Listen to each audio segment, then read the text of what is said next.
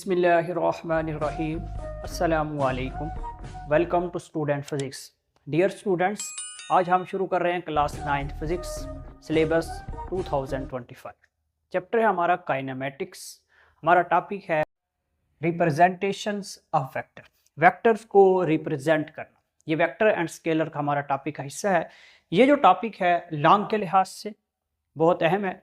इस टॉपिक को हमने पार्टीशंस बना के एक पार्ट की फॉर्म में लिखा है, डेफिनेशंस बनाई हैं, बहुत ही इजी वे से टॉपिक लिखा है। इसको समझते जाएंगे point two point. Representation of vector, vector को हम कैसे रिप्रेजेंट करेंगे इन टेक्स्ट बुक। पहले बताया गया कि किताब के ऊपर वेक्टर्स को किस तरह लिखा हुआ होता है। किताब जो हमारी टेक्स्ट बुक है उसके ऊपर वेक्टर मोटा करके लिखा होता है, बोल्ड करके। फोर्स है, डिस्प्लेसमेंट है, वेलोसिटी है, किताब के ऊपर मोटा करके वर्ड लिखा होगा, लेटर लिखा होगा, वो वेक्टर को रिप्रेजेंट करेगा। हम पेपर के ऊपर लिख रहे हैं, पेपर के ऊपर हम हर वर्ड को वेक्टर के लिहाज से बोल्ड नहीं कर सकते, काफ़ी टाइम सर्फ होगा। तो उसके लिए हम तरीकाकार ये करें कि फोर्स लिखी है, डिस्प्लेसमेंट लिखा है, वेक्टर लिखा है, उसके ऊपर हम एरो हेड डाल दें, तीर डाल दें उसके ऊपर, जैसे ये डाला हुआ है। मैग्नीट्यूड हम वेक्टर को कैसे लिखेंगे? एक तरीका तो ये है, दो लाइनें लगाएं स्ट्रेट, उसके दरमियान वैल्यू लिखते हैं। या दूसरा तरीका ये है कि हम फोर्स लिखें, डिस्प्लेसमेंट लिखें या वेलोसिटी लिखें, उसके ऊपर एरो हेड ना डालें, उसको तो थोड़ा तिरछा करके अटैली करके लिखें।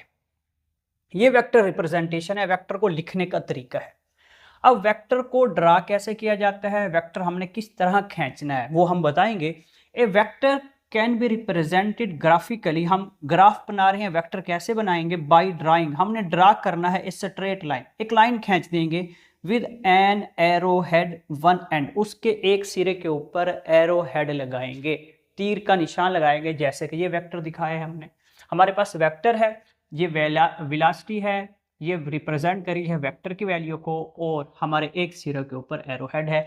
वेक्टर को हम ग्राफ के ऊपर इस तरीके से बनाएंगे। वेक्टर को लिखना इस तरीके से है, किताब के ऊपर इस तरीके से कॉपी के ऊपर सॉरी इस तरीके से लिखना है, किताब पे ऐसे लिखा होता है। मैग्नीट्यूड ऑफ वेक्टर ऐसे लिखेंगे, वेक्टर को हम ड्रा ऐसे करेंगे। नेक्स्ट आप हेडिंग देंगे म्यूचुअली परपेंडिकुलर, कि म्यूचुअली परपेंडिकुलर कंपोनेंट्स क्या होते हैं। म्यूचुअली परपेंडिकुलर कंपोनेंट्स हम किसको कहते हैं उस चीज को समझेंगे।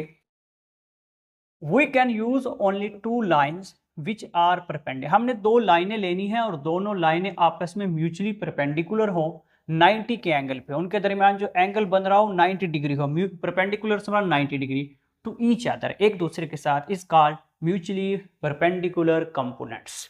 For example, one line east west हो, अदर लाइन जो हमारे पास हो, जो हमारी अदर लाइन होगी वो हमारे पास होगी जी नॉर्थ एंड साउथ। जैसे कि डायग्राम के अंदर दिखाया भी है, ये ईस्ट टू वेस्ट है, नॉर्थ टू साउथ है। यहाँ पे जो एंगल बनेगा दोनों लाइनों के दरमियान, जो एंगल बनना चाहिए वो 90 डिग्री का एंगल होना चाहिए। जैसे यहाँ पे जो एंगल होगा, दोनों म्यूचुअली परपेंडिकुलर कंपोनेंट्स है, ये एंगल हमारा 90 डिग्री का होगा। इसको हम दूसरे वे से भी बता सकते हैं। One line X and X prime हो, दूसरी line Y and Y prime हो, X and X dash, Y and Y dash. ये वाली लाइन पॉजिटिव वैल्यू को, ये वाली लाइन नेगेटिव वैल्यू को, ये वाली लाइन वाई की पॉजिटिव वैल्यू को, ये वाली लाइन डाउनवर्ड वाई की नेगेटिव वैल्यू को रिप्रेजेंट करेगी। एक्स और वाई ये लाइनें भी आपस में म्यूचुअली परपेंडिकुलर 90 के एंगल पे होंगी। इस तरह के कंपोनेंट्स, इस तरह की दो लाइनें हमारी म्यूचुअली परपेंडिकुलर कंपोनेंट्स कहलाएंगी। इसका मतलब ये होगा कि दोनों लाइनों के दरमियान एंगल 90 डिग्री। डिस्कस करते हैं ओरिजिन को, कि ओरिजिन क्या है, व्हाट इज ओरिजिन। इसकी भी हेडिंग देंगे, the point where these axis meet is known as origin. जहाँ पे ईस्ट और नॉर्थ की लाइन, वेस्ट और साउथ की लाइन आपस में आके मीट करते हैं, जहाँ पे एक्स और वाई, एक्स प्राइम और वाई प्राइम, ये वाला जो हमारा पॉइंट होगा, ये सेंटर पॉइंट, ये वाला जो हमारा पॉइंट होगा, इस पॉइंट को हम ओरिजिन कहेंगे और इसको हम रिप्रेजेंट करते हैं ओ के साथ। इस ओरिजिन पॉइंट को दूसरा नाम भी दिया गया है रेफरेंस एक्सिस। यहाँ से हमारा वेक्टर शुरू होता है। The point where these axis meet is known as origin. Origin को ओ से डिनोट किया जाता है, रेफरेंस पॉइंट भी हम इसको कहते हैं, यहाँ से हमारा वेक्टर शुरू होता है। नेक्स्ट जी, थीटा क्या है? लास्ट हेडिंग है इस टॉपिक की हमारी थीटा।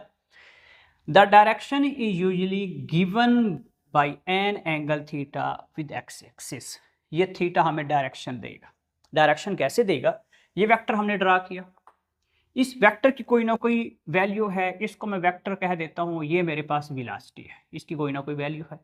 अब ये जो वेलोसिटी वेक्टर था मेरे पास, इसकी 30 डिग्री के एक्स एक्सिस के अंदर 30 डिग्री के साथ जा रहा है, मतलब फर्स्ट क्वाड्रेंट्स के अंदर मौजूद है और उसका जो एंगल है 30 डिग्री है।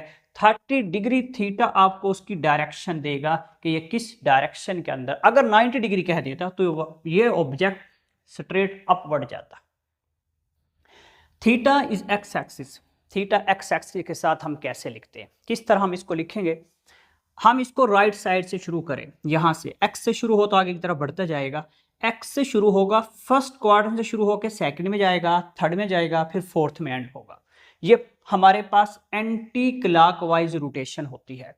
अगर आप इसको यहां से शुरू करें, यहां से चलाते चलाते यूं चलते हुए फोर्थ क्वाड्रेंट में आ जाएं, ये रोटेशन हमारी एंटी क्लॉकवाइज रोटेशन होगी और इसको हम पॉजिटिव के मीनिंग में लेते हैं और इसको हम राइट वे के मीनिंग में लेते हैं। थीटा हमारा एक्स एक्सिस के लिहाज से इस तरीके से सफ़र करेगा।